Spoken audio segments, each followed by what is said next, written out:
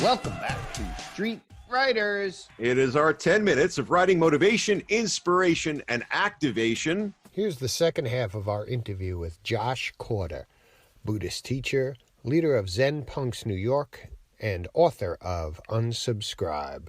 Okay, now we get back to introducing Josh. Like a talk radio, I felt like I should be making weird sounds in the background. Like, You can if you want. Yeah, be like a duck. Sound effects. We'll fit those in. Ding, ding, ding. Like a little cowbell, you know. Yeah. Throw some in there.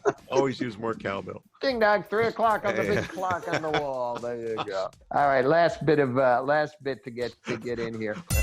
Hit us with your best shot. It's time to get in the ring with us. Now I'm self-conscious, man. Josh has got us both self-conscious here. All right. Josh, you can or you don't have to, or maybe you will, maybe you won't. We'll get all metaphysical, or maybe we can just kind of read minds. But if you want to tell us, what are you up to these days? Well, most of my life is based on,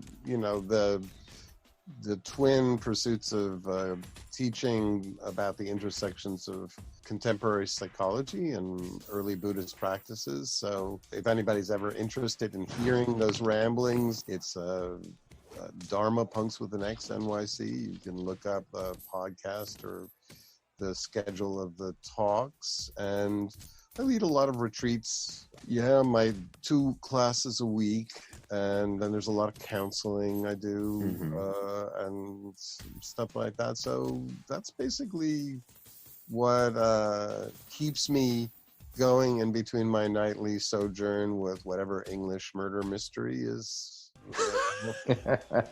Did you guys watch Legion or Fargo or any of those great shows?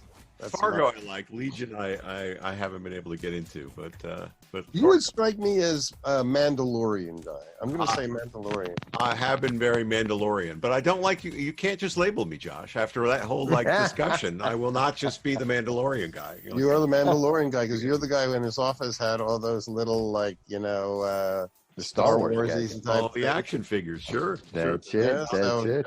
Look, I have to admit it. I'm watching every Mandalorian too, and it's just bringing out that 17-year-old geek in me that loves, sci-fi, and so I'm loving it too.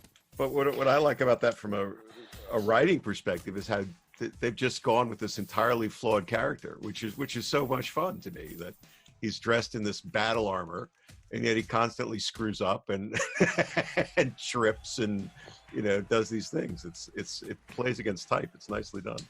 Is this on the Disney Channel? Is this, yeah. Oh, okay. So this is like you have to buy another streaming service, Mark. Yeah, one. There you go. All right.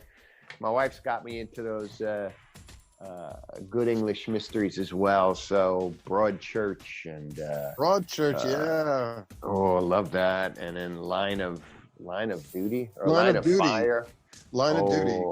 That's a great one. Then there's like 5 seasons of that one, and you can just sink into Line of Duty, and oh my goodness, man. that show is just beautiful. Brilliant.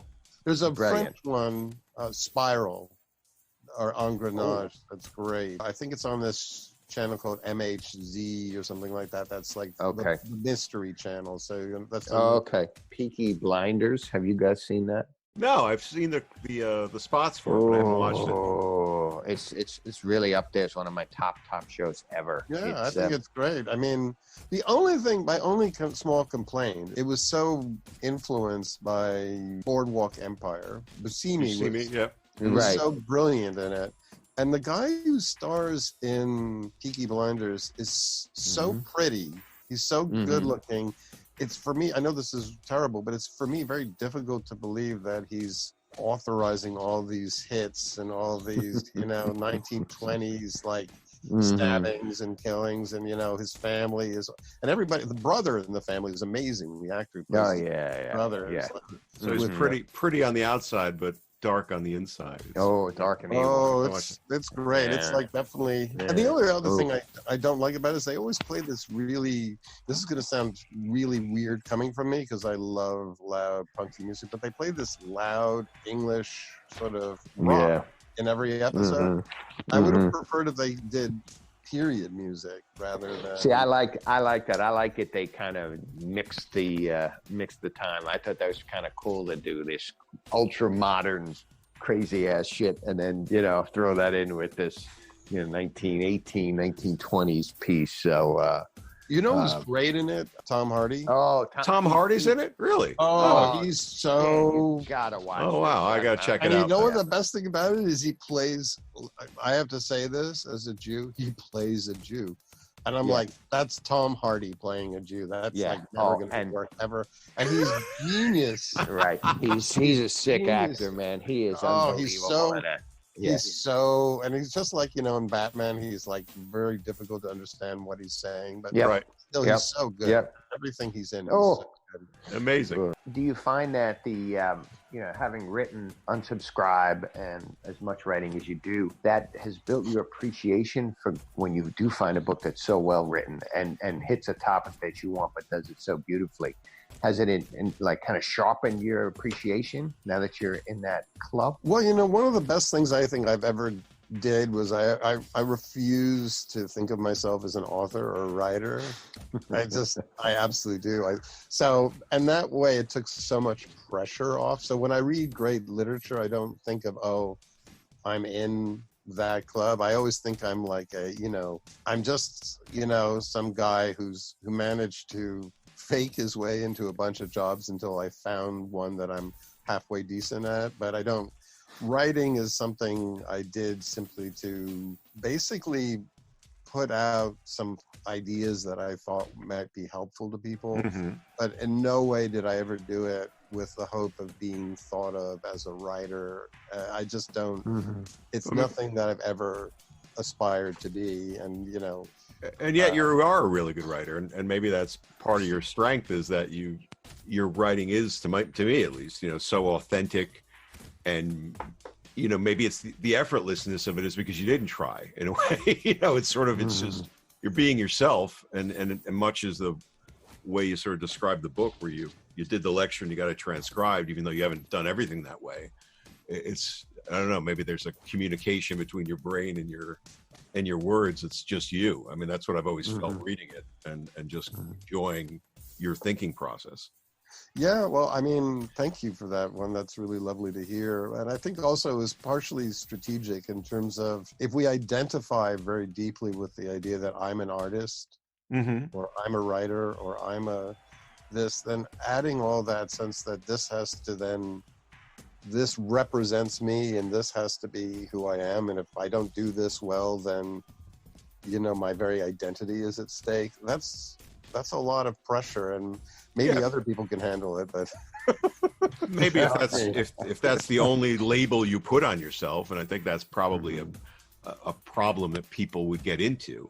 Yeah, and you only define yourself in one way. We all have a multiplicity of identities and things that we have to be. So if I'm just a writer and boy, that piece sucked, or you're just a filmmaker and wow, that one really tanked, then what do you got going? But it's one facet, and move on to the next, or let something else fuel that part of you. Yeah, I think you're absolutely right. There's a multiplicity of selves and multiplicity of persona states or self states that we're in.